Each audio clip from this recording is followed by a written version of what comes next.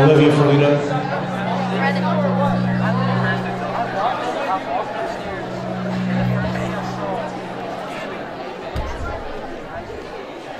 Wait, hey. Andrew.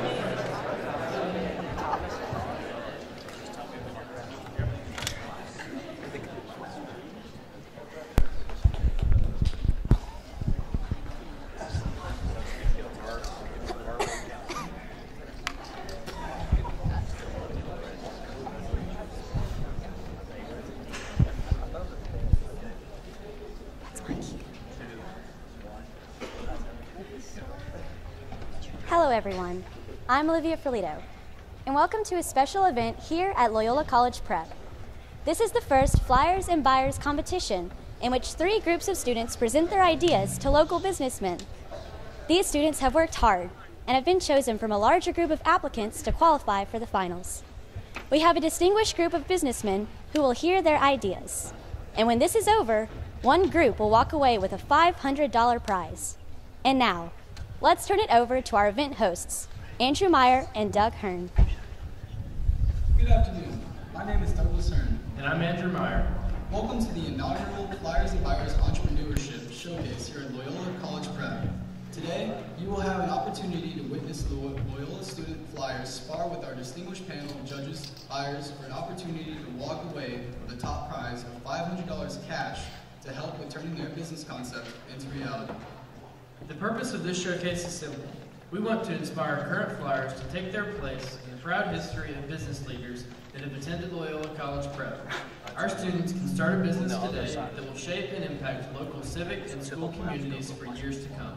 Thank you, students, buyers, and the greater Loyola College Prep community for your support.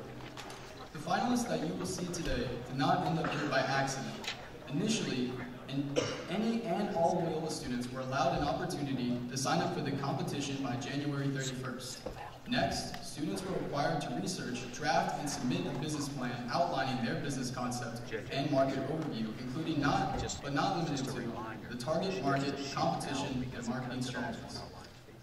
During this research phase, students were expected to consult sources like the Pew Research Center and describe advertising, pricing, and customer service to be utilized for his or her business.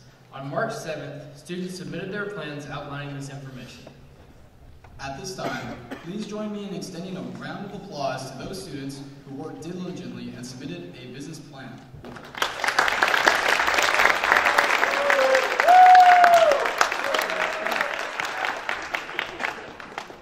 After March 7th, submissions were narrowed to the 3 finalists who will present live today.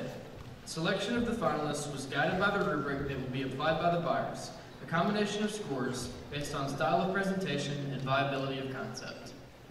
Today, each finalist will be allowed up to 20 minutes to persuade the buyers why his or her concept should win first prize. The buyers may ask whatever they deem necessary to reach a decision. If a buyer finds a particular business pitch attractive, nothing is off limits. Are you excited? Yes! If so, give me 2 claps. How about 2 stomps? Before we move on, please put your hands together for our generous sponsors who have made this event possible. We encourage you to take note of our sponsors whose logos appear on the back of the event t-shirt. Certain sponsors who have been particularly generous also appear on the slideshow today. These sponsors include Lupresco, Bertolos, Home Federal Bank, Chevyland, Barksdale Federal Credit Union, LSUS Foundation, and State Farm agent Ben Tillis. Thank you sponsors for your generous support of Loyola College Prep academics. Again, another warm round of applause.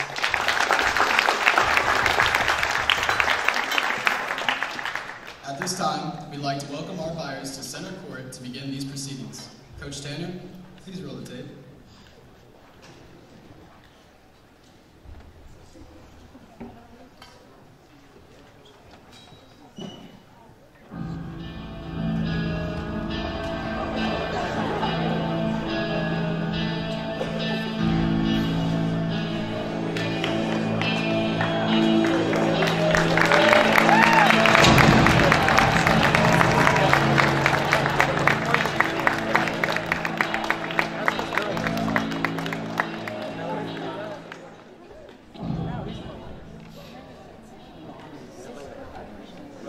Mr. Montgomery, we're so happy to have your support and the support of Chevrolet. Time for our next buyer.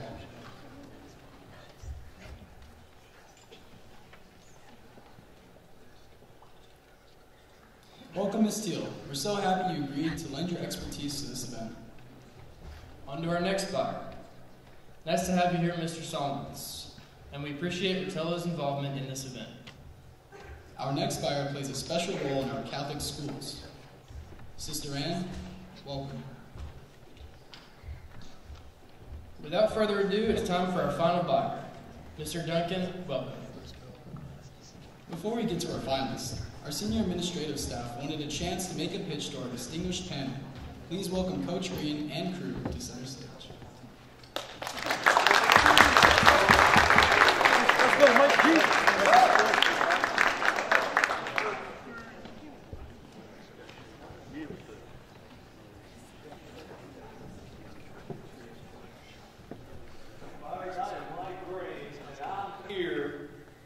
To push Jethro's fine foot button.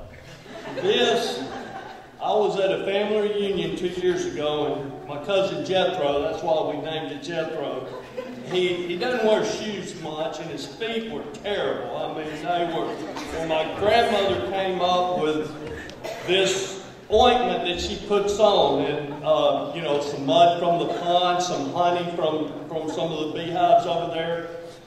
It is the best thing in the world for dry feet. Now you need to be careful to put socks on because they're so smooth, sometimes the socks come off when you're running.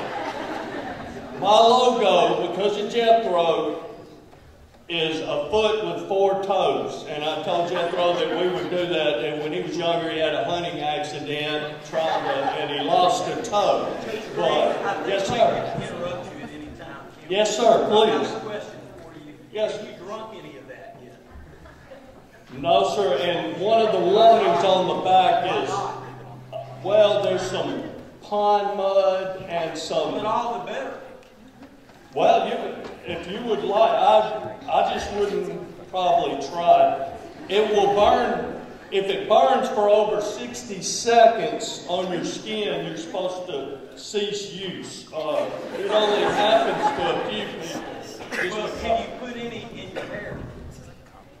No, I would also, it's strictly feet. It's strictly feet. And if you have any cuts on your feet, you need to be careful. Coach, I did want to also ask, is this only for 4-toed people?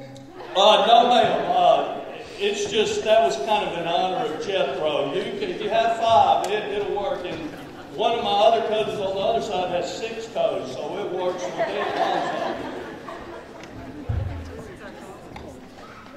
Coach, are you trying to sell this or give this away? Well, I'd like to sell it. It cost me 15 cents to make, and we were going to sell it for $10 a bottle. What's your marketing plan? Well, the foot, I think the foot with 4 toes is going to be huge on. We're going to set it out on some billboards, and all it takes is one time to try it. And it's just, I have a little bottle for all of you out there when you leave if you wanted to try it. I think we'll pass. I'm going to have to pass. So what's the initial investment to get this going?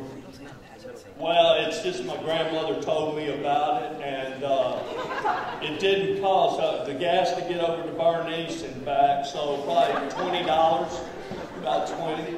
I think I'll pass. I'm going to pass too, thank you. Mr. Duncan, any? I passed when you started talking, sorry. Well, thank y'all for giving me the opportunity. I'll tell Cousin Jethro to just use it himself.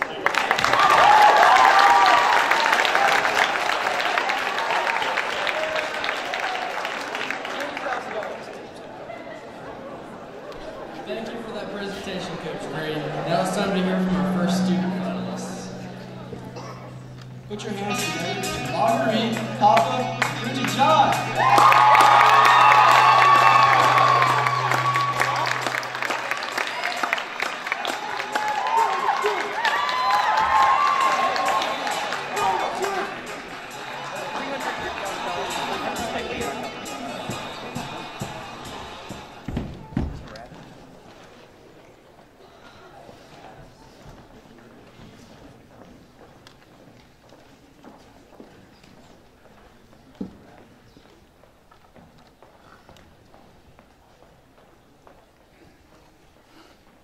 Good afternoon. My name is Marguerite Papa. And I'm Bridget John. And this is our new business called That's a Wrap.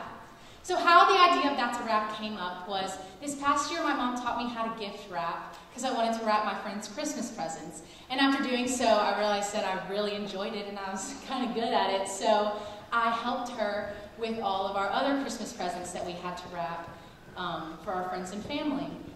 And after doing this, I realized how much time my mom saved because I had helped her with all of this gift wrapping, and she had more time to do other things that she needed to get done during the holiday season.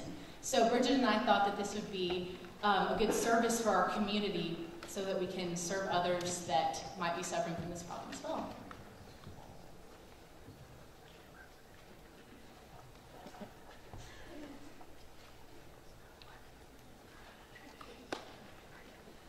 So you may be wondering, how does this work? Well, first, a person can drop off their unwrapped gifts to our location. Then they can choose a variety of options of wrapping paper and ribbon that we will have provided. Or they can bring their own custom wrapping paper in that they would like us to wrap their gifts in. And then we let a staff member create a beautifully wrapped gifts for them. Finally, they can come by and pick it up at the end of the day. So our prices are ranging between $3 to $10, which most of the presents are going to be about $3 to $5. And our display back here of these two presents, these are about the average gift, and they're about $3 to $5 each. And our extra large package, which is like probably about this big, is very rare. We won't have a lot of those. And I know what some of you might be thinking, that $10 to wrap a gift is kind of expensive, but it's the same thing with saying that you could walk to the CVS for free, but get there in 30 minutes, or you could pay for gas in your car and get there in about 3. People pay for convenience. So, why you should invest in us? Well, we're an easy pop-up business, and if you didn't know, pop-up businesses are very trendy right now. We are hoping to pop up in the Loyola cafeteria, wrap our gifts, clean up, and leave like we were never even there.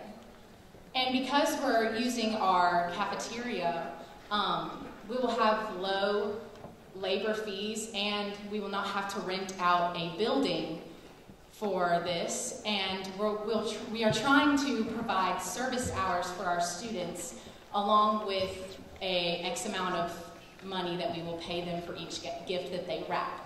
And we also will have a low cost of supplies, as in scissors, paper, tape, boxes, ribbon. And there is no other business like us in the Shreveport-Bossier area, because places that provide free gift wrapping, they will only wrap the gifts that you buy from their store, whereas we wrap from all over. And most gifts that are bought during the Christmas season are bought from big stores like Target or Walmart, and they do not provide gift wrapping there. And we are not in this just for the money. This is not just a money-making business. We're doing this mainly to serve not only us, but our community and our Loyola students. So, don't get your tinsel in a tangle. Let us take time and stress out of the holiday season by providing perfectly wrapped gifts for you and your loved ones. That's a wrap.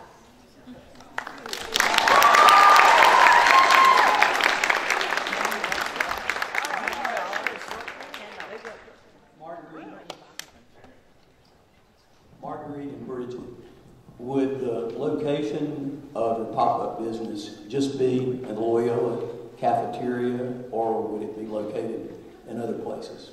Well, we would like to start with having it in the Loyola cafeteria as like a trial run, almost to see how much profit we earn from just doing it in the cafeteria. But we would like from y'all as an investment, we would like to move to other areas and pop up, maybe like how Girl Scout cookies and like pop out in front of the Targets or the Walmarts, set up a little station and wrap gifts after they buy them.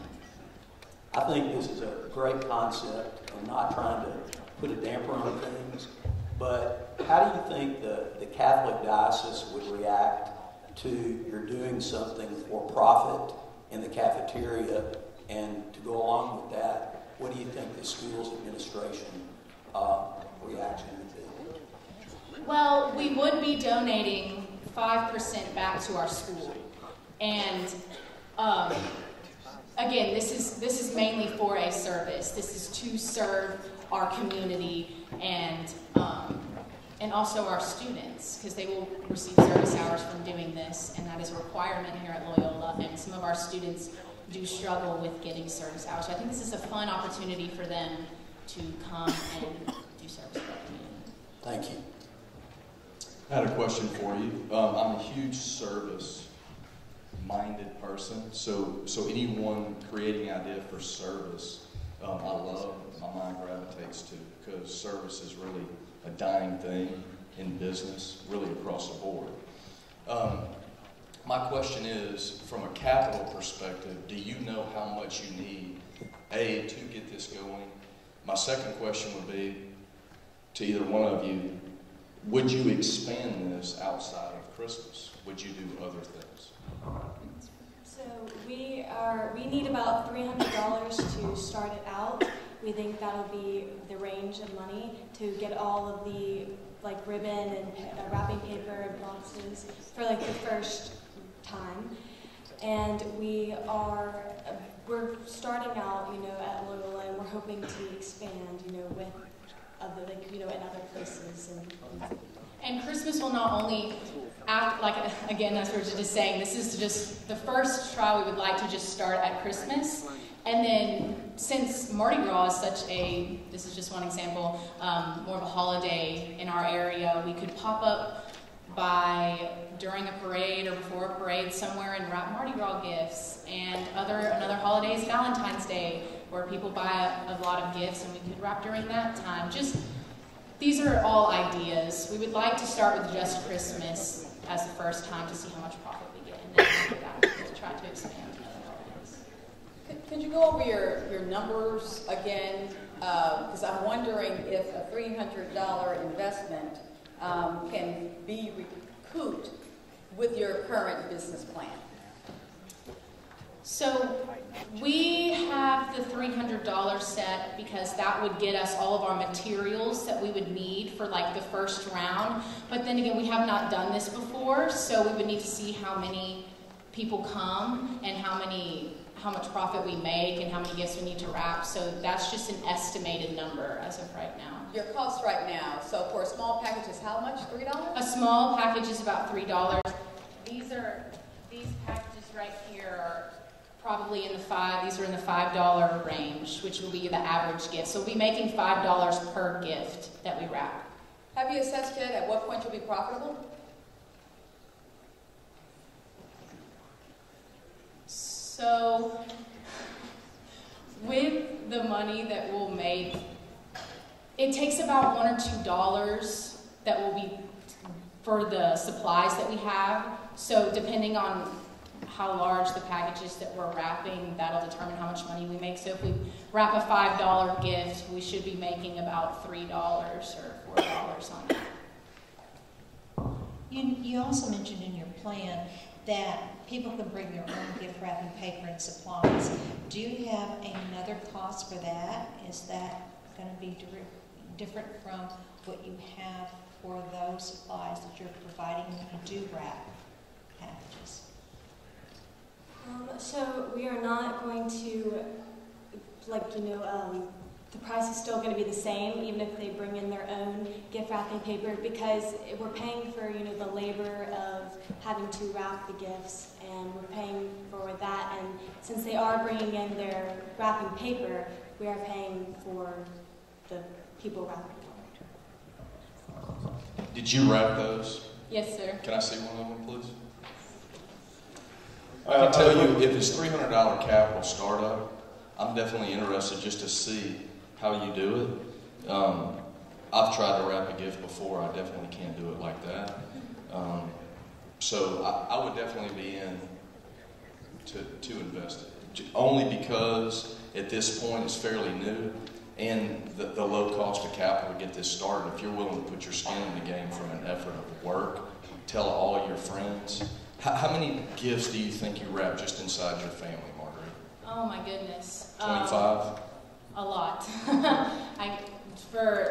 I have so many cousins, and I know a lot of people with huge families that struggle with this, because it's a lot. It's a lot to do, wrap every gift for your entire family, and then if you're, like my family hosts Christmas, so we're having to work on food and placement in our house, and there's just a lot of stuff that go on during the holiday season, and gift wrapping is something that some people think of as a chore, where I think as students or I know Bridget and I think it's something fun that we enjoy doing. I would encourage you to just start making you a list now and try to see what type of customer base you can get a commitment from starting now, because you got 9 months to work on. So start building your customer base now. And I would like to see your list in 30, 45 days and see how many families said, I would like to look at this.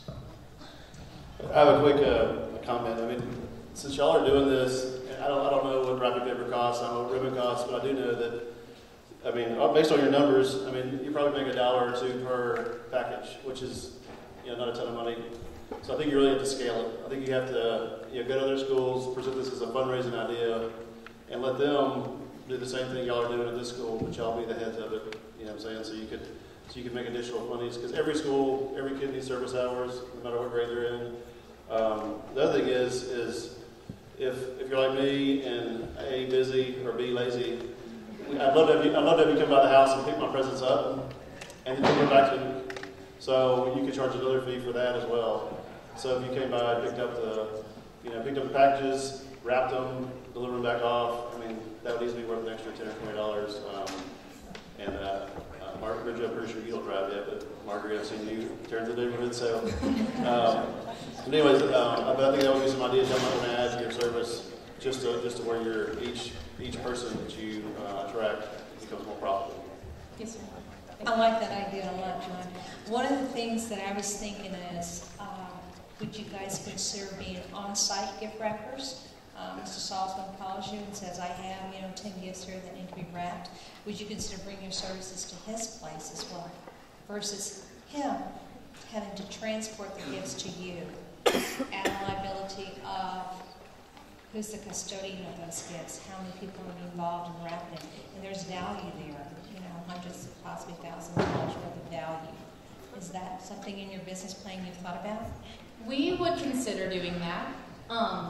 We obviously haven't, since this is the first time we would like to have it at Loyola and see how many customers we bring in just by doing that. But if this works out well, then yes, ma'am, we would consider going and picking up for extra.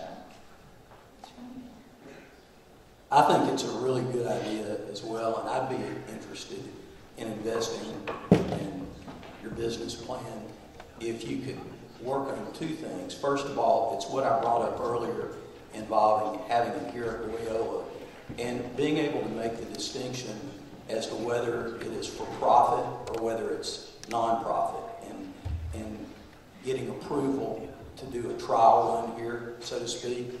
And then the other thing, and I think Mr. Duncan or Mr. Solomons touched on this, is having a buying network, and it could start off as a selling network, really thinking through specifically who the individuals and who the groups would be that you target.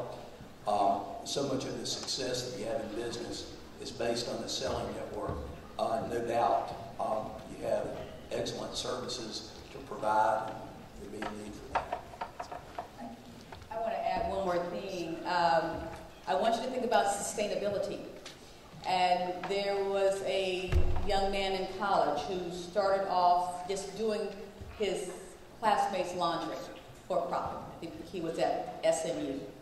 And so beyond your years at Loyola, how can you build a plan that would be sustainable beyond your graduating here? And how could you also develop this at the next level? So those are some things I'd like to see you think about and start to build a plan around.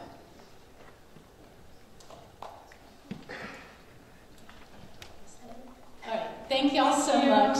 Thank you.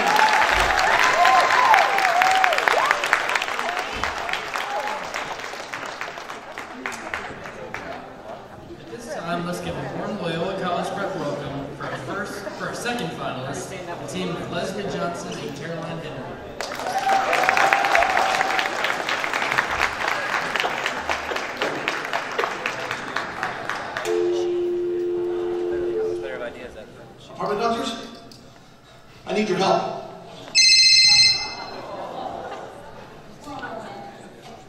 So what's the plan? Looks like we're going to need a real emergency renovation on this one. Loyola College Prep. You heard of it? I think so. All right, let's go.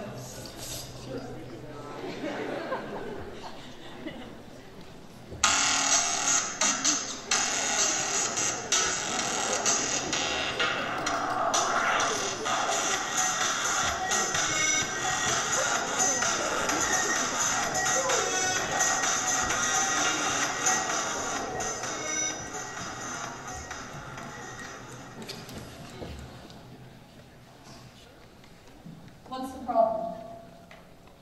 It's the gym, guys. Let's go. What exactly is the problem? Take a look at this. We've got a Flyers and Buyers competition coming up. I mean, just look at all this mess. Look at this.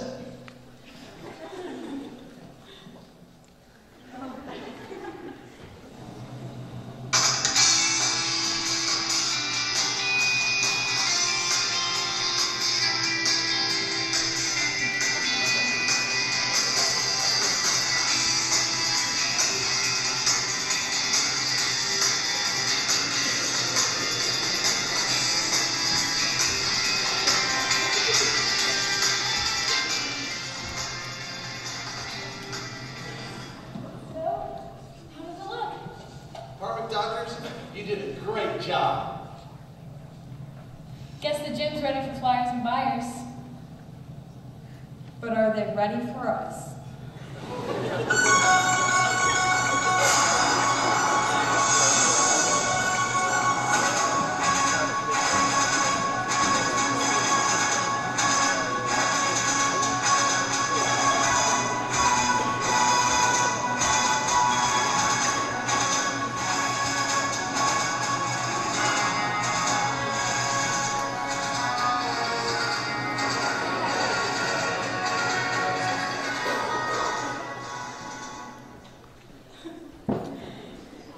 So that was our promotional video. It's like a commercial for our product. And so, I'm Leslie Johnson, in case you couldn't catch that, and this is my partner, Caroline. So our business is the Apartment Doctors.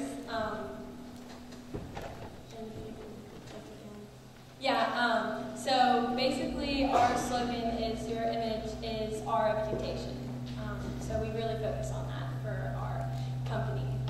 Also, our slideshows are pretty long, so if you have any questions, make sure to just jump in. Yes.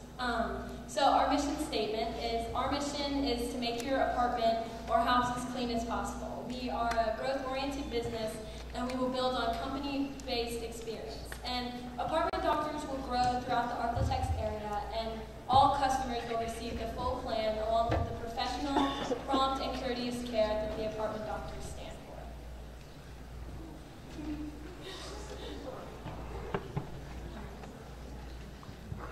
So this is basically what our company is and what we plan to do. So, Caroline, do you? Yeah.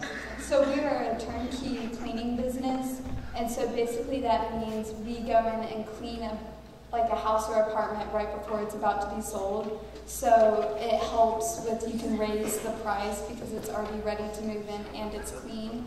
And also we're a no-hassle company. This is basically just for the buyer-seller convenience. So again, like she said, most sellers will need to lower the price to compensate for the work that is needed on the house, like any fix-ups, and which is less money for the seller, and it provides more of a hassle for the buyer. So, my family, we're barely home 4 hours to rest in a day, with all the work and softball and soccer and just everything that we're doing. So, we certainly wouldn't have time to make all the necessary fix-ups to our house to sell or buy it. And so that's basically one of our goals. So this is the target clientele. So basically we want to stay in the Arklatex area, and as a turnkey cleaner we would want to work with real estate agents and apartment complex owners, and so that way we can sign a contract, and so we would regularly clean the apartments and houses that are about to go on sale. And so that's basically, any questions so far with anything? Are there any companies doing something similar now? Yes, ma'am. I'm sure there are, and I'm sure you could type it in and find some. But we just want to be better. How do you plan to compete?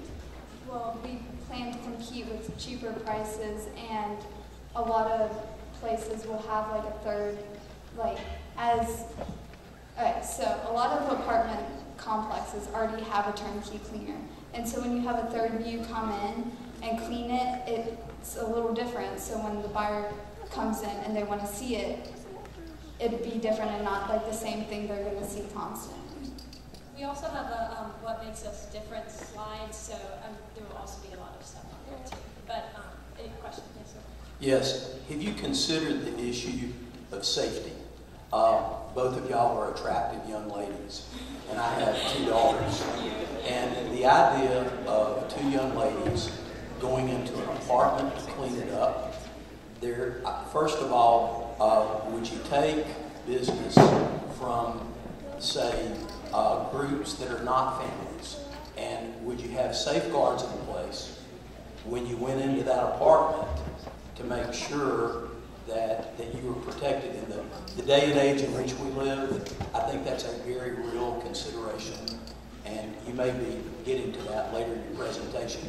If not, I'd encourage you to include that. No, yes, sir. We know that safety is a big issue, and I guess right now, while our company would still be small, we would definitely have some things to figure out with that. But my dad's like really tall and I guess intimidating, and so we could always do that. What a plus!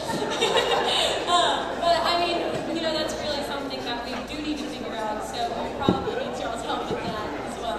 And before we would agree to sign and clean a place, we would go and quote it. So we would go to the apartment or house and make sure it's not in really bad condition where we really can't handle it. Thank you.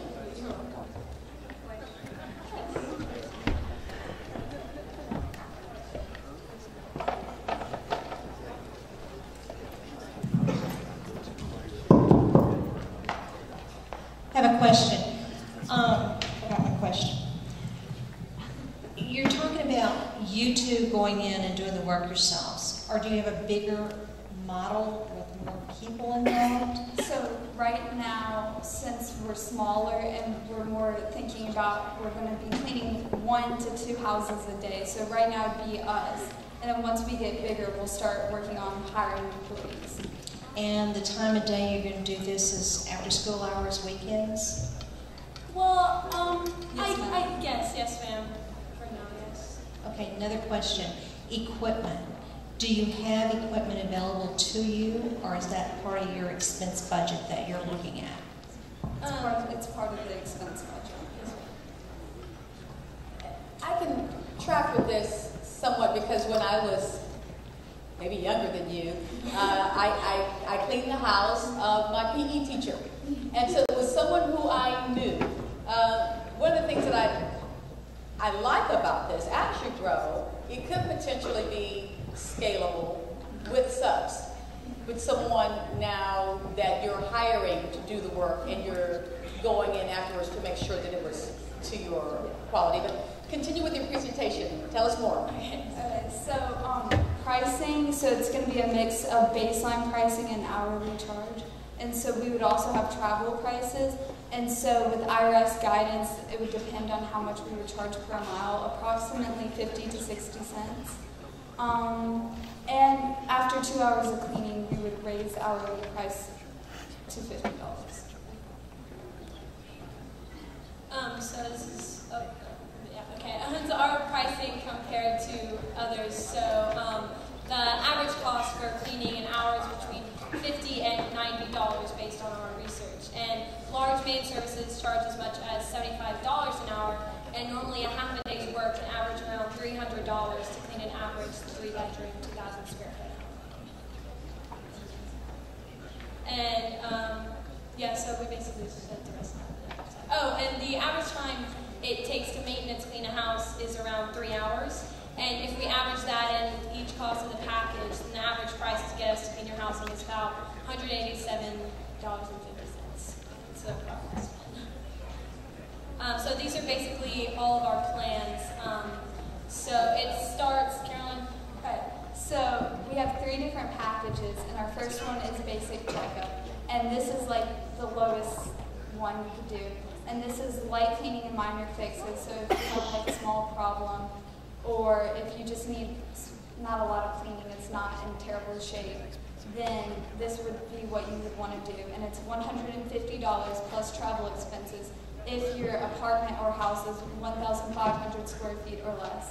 But if it's more than that, then it's $50 an hour plus travel expenses with a 2-hour minimum. And so why this is probably because we're thinking it would take us more than 2-3 hours to clean a place bigger than 1,500 square feet. So on that point, I'd like to make a point to you. If you two are going to be doing it, starting it out, your skin's in the game from a labor perspective, cost perspective.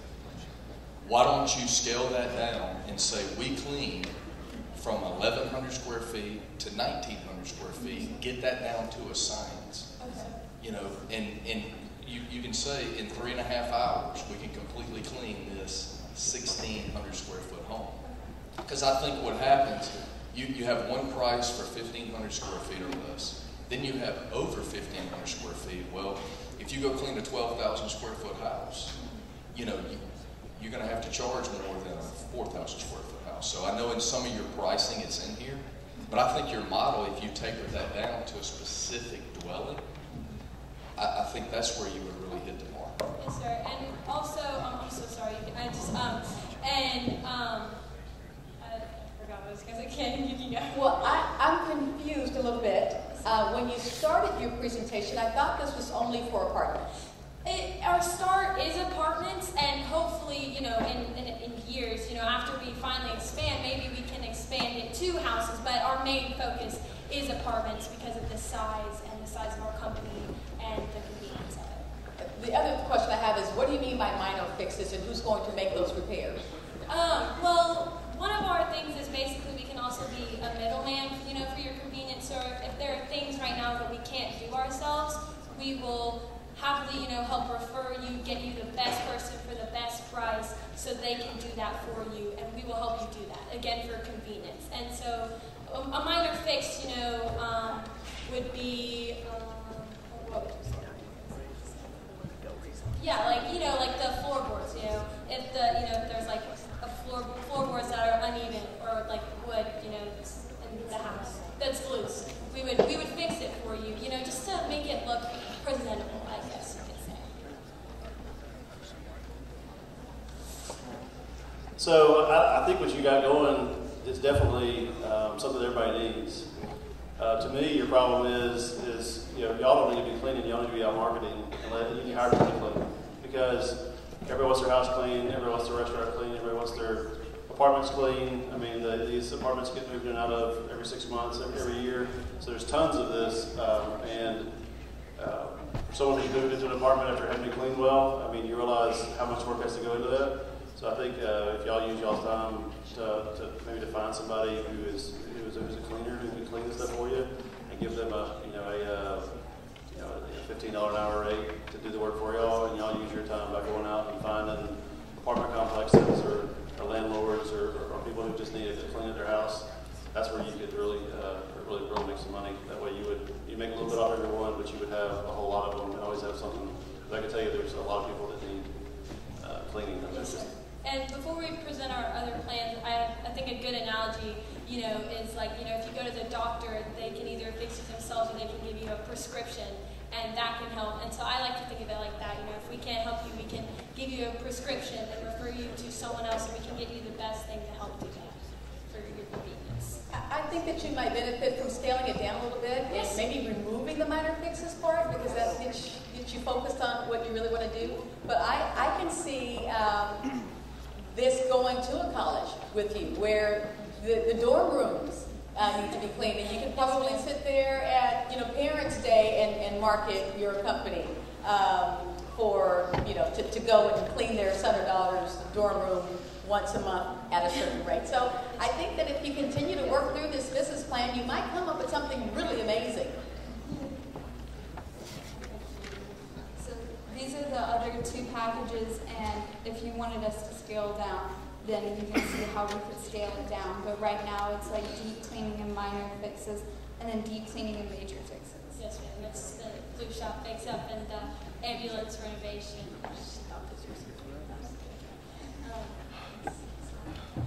Okay, so these are our expected profits and losses.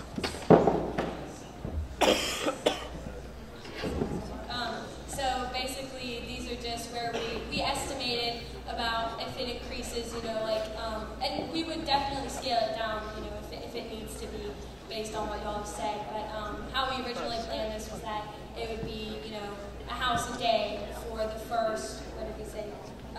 3 months. For the first 3 months, and then if that works, we do continue to increase, and then we also factored in the cost of certain supplies and travel.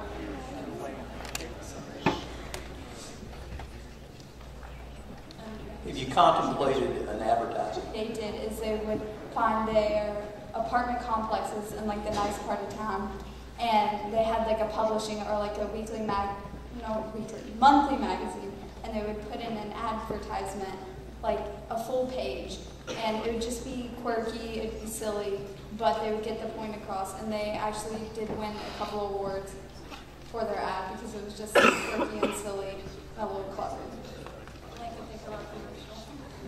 Sounds good. And one of the things I would encourage y'all to do with your advertising plan is think about the target audience that you want to reach, because there's so many people that would want to use your services. And so if you have a target audience, you can be more geared to working for the people who you choose, and you can define your scope. For example, if you want to continue to work with apartment complexes, that would be great. Or if you go into single family homes, that would be an opportunity for you to expand. And you may reach the point that you decide you don't want to do apartments, that you only want to do single family homes.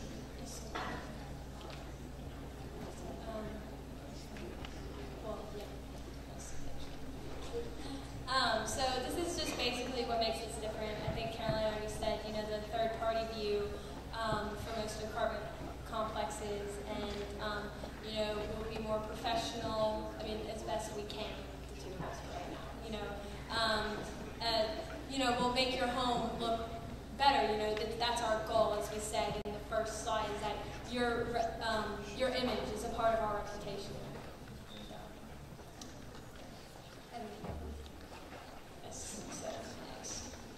And that's it for our slideshow presentation.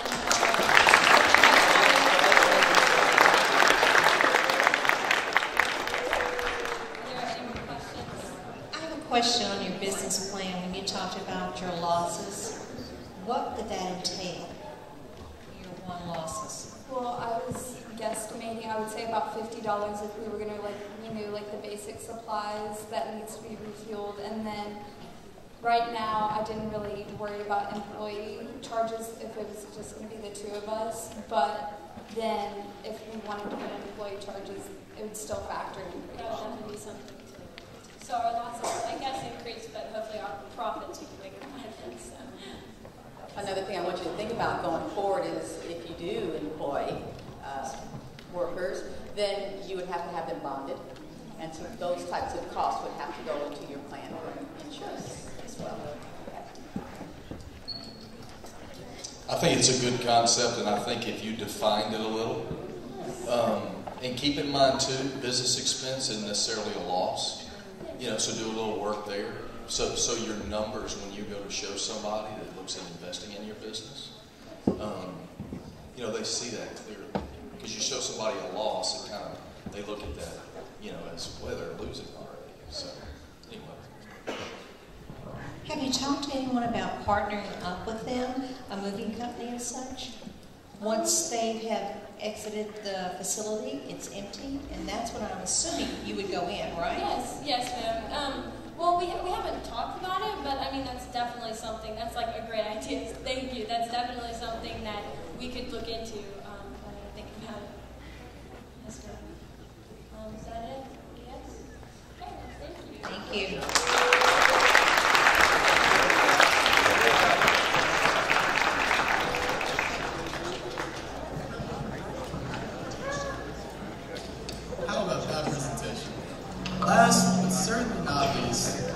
to introduce our last finalist, Luke Jackson.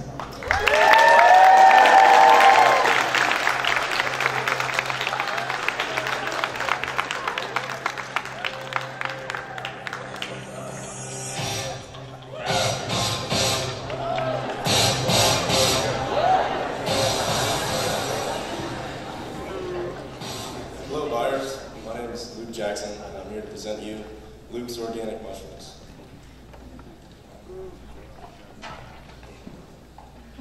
So, my main idea is to make the world a better place with mushrooms. How am I going to go about doing that? So, trying to answer the big questions: what, why, who, where, how, and when. And I'm asking for your investment of $10,000 for a 49% stake in this enterprise. So, what this is common and uncommon mushrooms. Whenever I say common, I mean like common agaricus species, which include button mushrooms or portobellos or anything that you usually find at local grocery stores. And then whenever I say uncommon mushrooms, I mean anything like oyster mushrooms or lion's mane, or basically anything with a weird name and that aren't common to grocery stores. Okay, so why mushrooms? Because it is a local and untapped market that would be easily accessible to anyone within the community, and they have many health benefits and environmental benefits. So who's the market? Local restaurants, such as possibly yourself, would be able to buy these mushrooms because within a radius of around 65 miles, there are no mushroom growers anywhere in this area. And individual customers that would be willing to and wanting to buy fresh, local mushrooms for a price that's very affordable would also be able to. Okay, so where? On the left, right there, that's just a map of Shreveport Bossier. So that's where I plan on marketing in the beginning and then possibly expanding in the future. But first I need to get a solid market in this area. And then on the right there, that is a tract of land that I know I'd be able to lease. It's around 500 acres, and I know that I'd be able to get at least 50 of those. So how? Right there is just a wood chipper and then a hoop house, which would be the two basic things that I need to start a single house for growing mushrooms. To be able to make wood chips on site, which are the substrate for most mushrooms. And in order to advertise, I use social media and sell via online sales or to local restaurants or to people individually through grocery stores. And when I have funding, so anytime, I'm open for business. So any takers, you'd love to work with me, I'm a fun guy.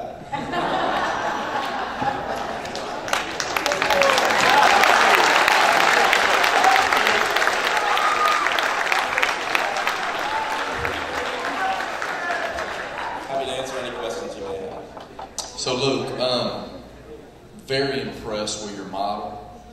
I read this. I did my background work on you. Yes, sir. Because this model isn't anything around here. I tried to pull it up. Shocks me that someone your age can get as deep as you did with this. You're obviously serious about it. I think in your numbers it said 10,000 is what the initial startup was. Yes, I know that's probably a moving target. Yes, sir. It's just a rough estimate. Okay. As I understand it, you're going to go study this as well. Yes, sir. In college. I'm going to be studying environmental science, and there's a mycology department there at Duke where I'll be going. And I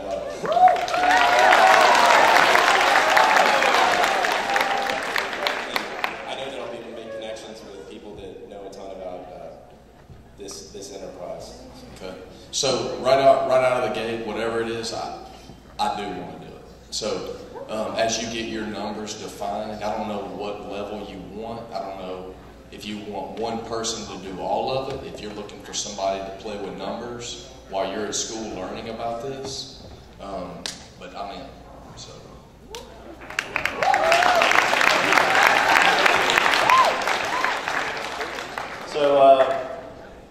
So some restaurants that don't. Of course, organic products are more expensive. Sorry, so I don't mean to interrupt you, but the thing, I was going to mention my price point. It's actually lower than, for fresh mushrooms, it'll be $2.50 a pound, which is much lower than even non-organic alternatives that you find at the store. Yeah, so you're right. So with my, so I looked today, we got mushrooms in, ours are $2.10 a pound for non-organic. That was just regular white mushrooms that, that everybody carries at every store. If you can do organic for $2.50, you probably have a lot of takers. So that'd be a great price. The big thing I think you need to do is get hooked up with a distributor. Yes, Biddy Keith, US Foods, get a ton of them. That way you've got an automatic in to every restaurant in Shreveport, instead of you first have to go out and get contracts every single one of them. You have a lot of organic farmers here in town that, like McAfee Farms and a bunch of other people that do it all themselves. But it's just tough when you order all your food for your restaurant from one distributor and you're getting mushrooms from just one guy. So from the fun guy. Yep. But so just think about those kind of things. You'll definitely get hooked up with a distributor when you want to do that. But that way, instead of having to remember that I order everything from this one company and I gotta get this one thing over here, that way it all can be done together. But I think you're on the right track, and especially if you've got the land to do it, and you're able to put your sweat equity into it. That's where you make your money.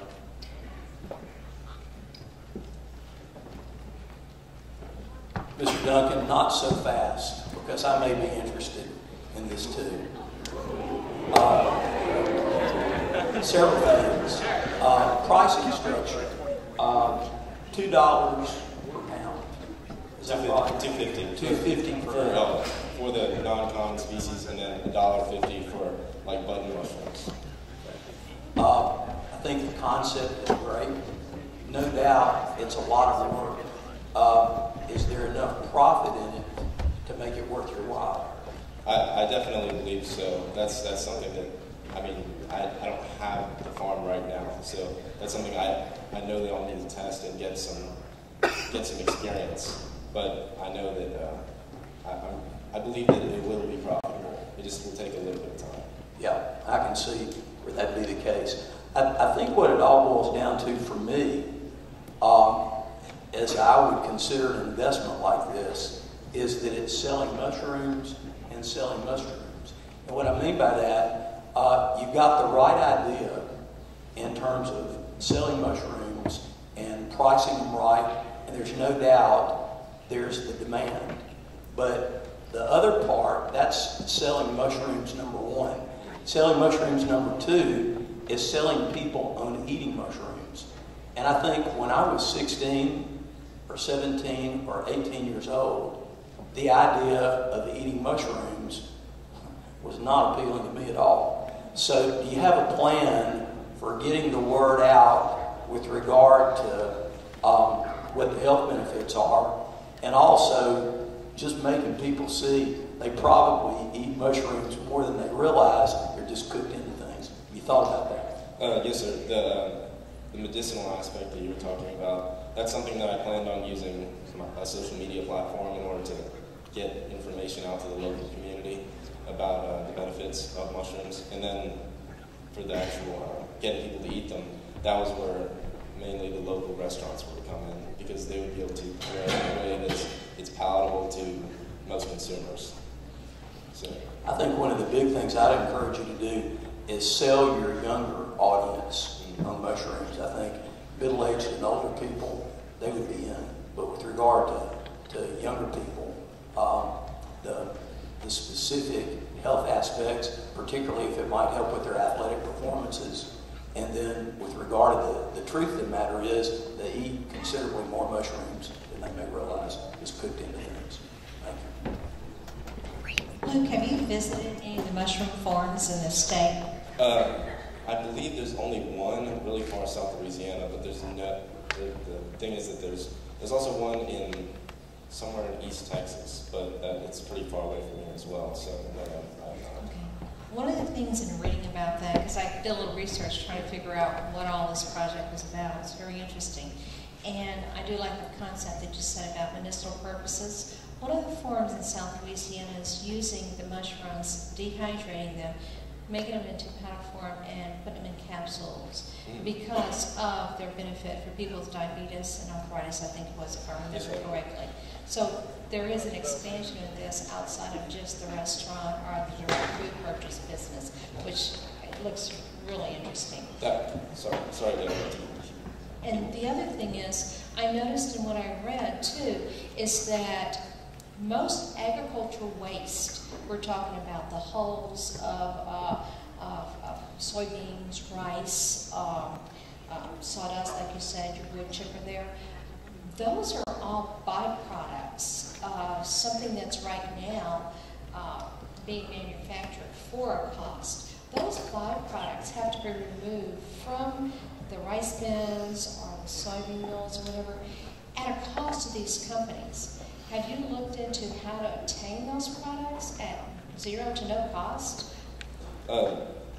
For wood chips, I do know a way to get them locally, but I'm not exactly sure. I don't know enough local farmers to be able to get those byproducts, such as like corn hulls or anything like that. But with wood chips, I know that there are local tree servicing companies that will give wood chips for free because it sometimes costs them money to put them in the dump. So, but that is a plan that I definitely would have. Oh, and what was the first point that you made about the medicinal properties? That's actually a second business plan I have attached to this, but I don't believe that that's where I'd make my money initially, because I'd have to make a name for myself with fresh mushrooms and I'd be able to.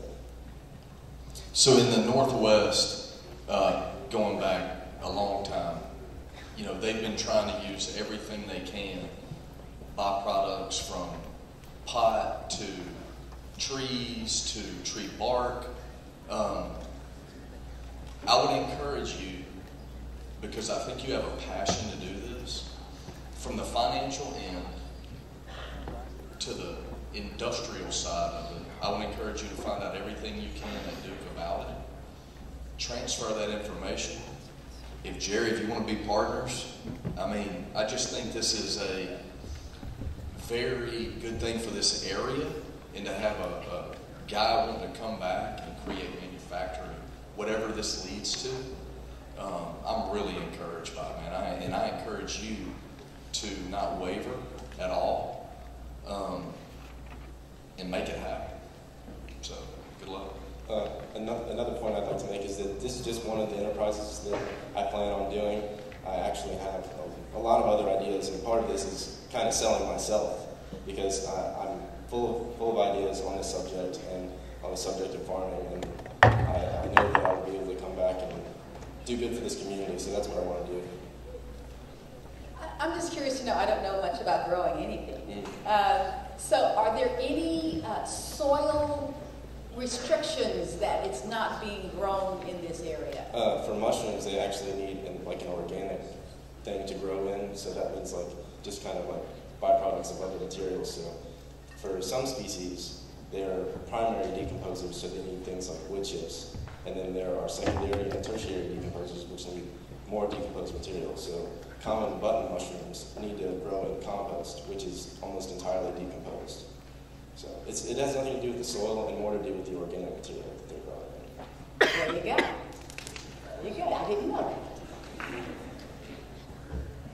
that. So are you planning on doing all organic, or are you going to do just try to sell mushrooms just for cost reasons, or because there's plenty of businesses that want the cheapest product and the most of it they can get?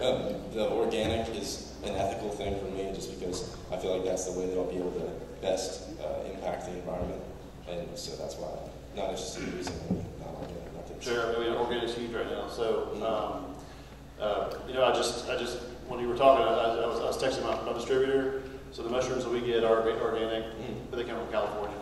So you saying that nothing's local, that's for sure. So having something local will definitely be, it's kind of, people like to do business with people that are from the same area, and if you can have a mushroom that you're buying from the Shreveport-Bossier area, usually a Shreveport-Bossier person, as long as it doesn't harm them or cost them more money, would love to do business with somebody local. So with Jerry and these guys, and having 3 restaurants where I can use your product, I might go in Thursday, you guys. One other question, just because I'm curious. Are they fast growing?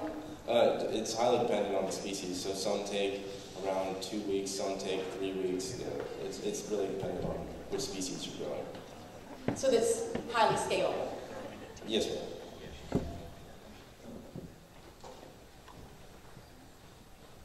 Luke, one last idea. I like your logo, and I've been looking at it, and I'm thinking there's a phrase that has become popular over the last few years, farm to table. And I think many times people like that phrase because it just represents fresh and it's a new concept. You may want to think about including that in your concept because essentially that's what you're going to be doing. It's going to be farm to table, and just in terms of your advertising and marketing, that can be a plus for you. I'd like to give credit for the design to one of my friends, Ty Forrest. I don't know if he's.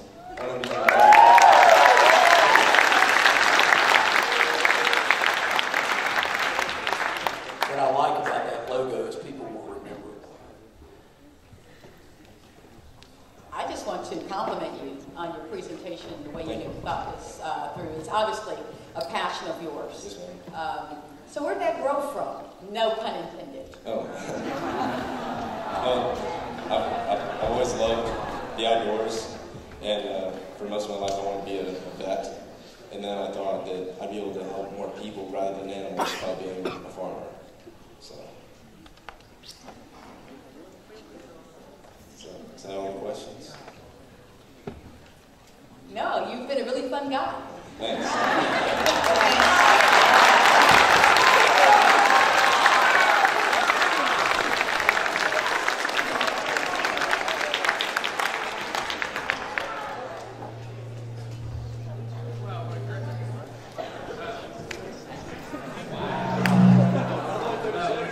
By our flower finalists. One more round of applause if you don't mind.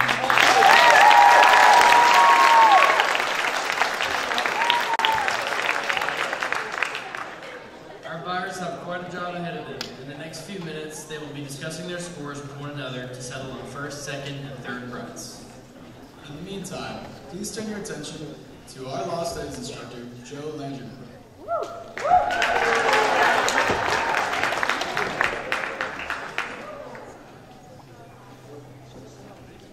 Mr. Landreneau with his thoughts on the event. First, could you give us a little insight on how Flyers and Buyers came about? Flyers and Buyers came about because I thought there was a need for additional entrepreneurship activity on behalf of the students. The younger that you start students thinking about business activity, the more time it gives them to develop into a successful business person. And so hopefully what we're doing here is we're creating future business owners who can feel indebted to the school possibly and give back and be involved and just make a great environment for everyone here. Great. How do you think the event went in its first year? I think it's gone fantastically. We had great student turnout. We had great participation at the event. I'm really proud of our finalists. I think they were very professional. I think they were prepared, and I think they engaged the panelists well. Thanks so much. Now back to our co-hosts.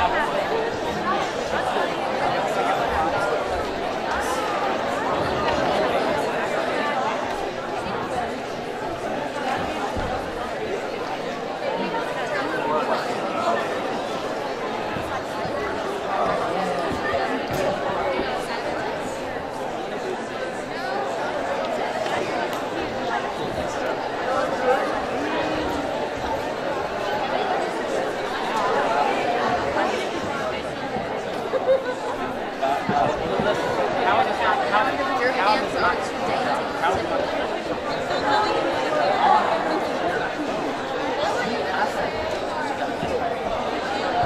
Hello everyone. While our buyers are making a final decision, I want to thank everyone for coming out and being part of this event. I really appreciate it.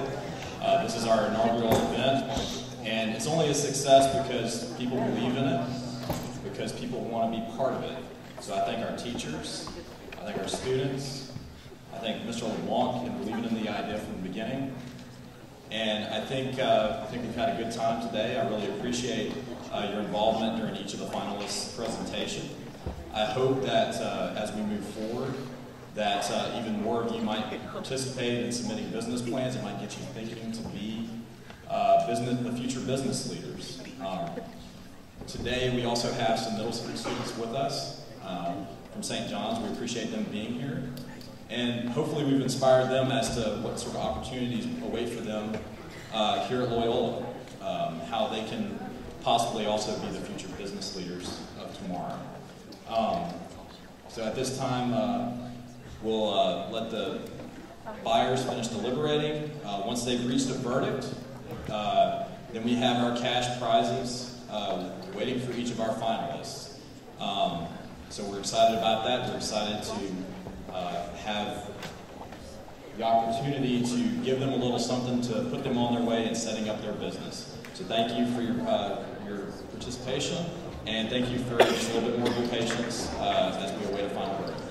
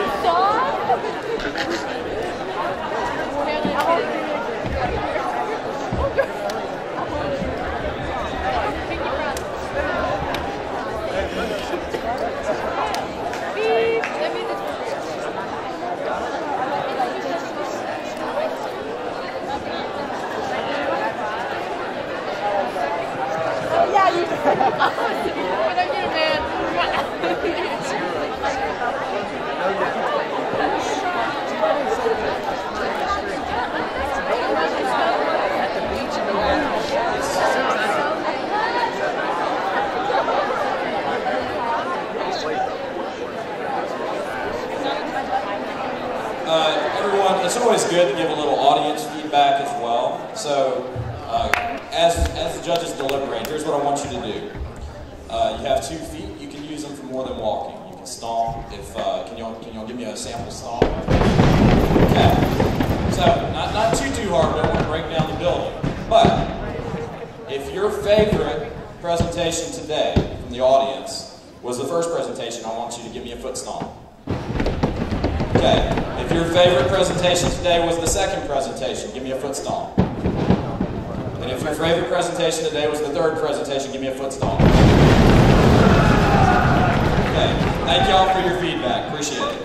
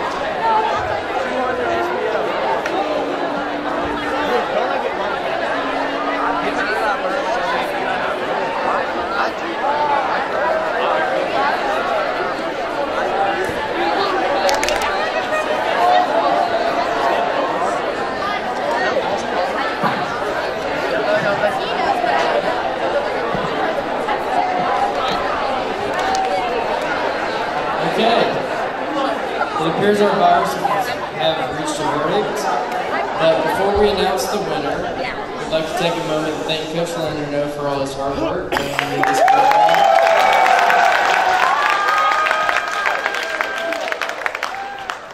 Thank you, Coach Landreneau. So, Flyers, as your name is called, please come to center court to receive your award. Third place, receiving an award of $100, is Caroline and Leslie.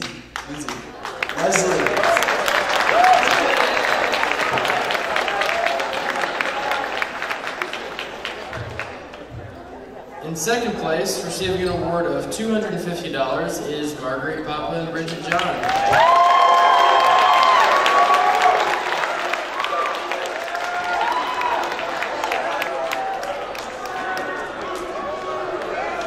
Champion of the inaugural Flyers and Buyers Entrepreneurship Showcase, receiving a cash award of $500, is Luke Jackson.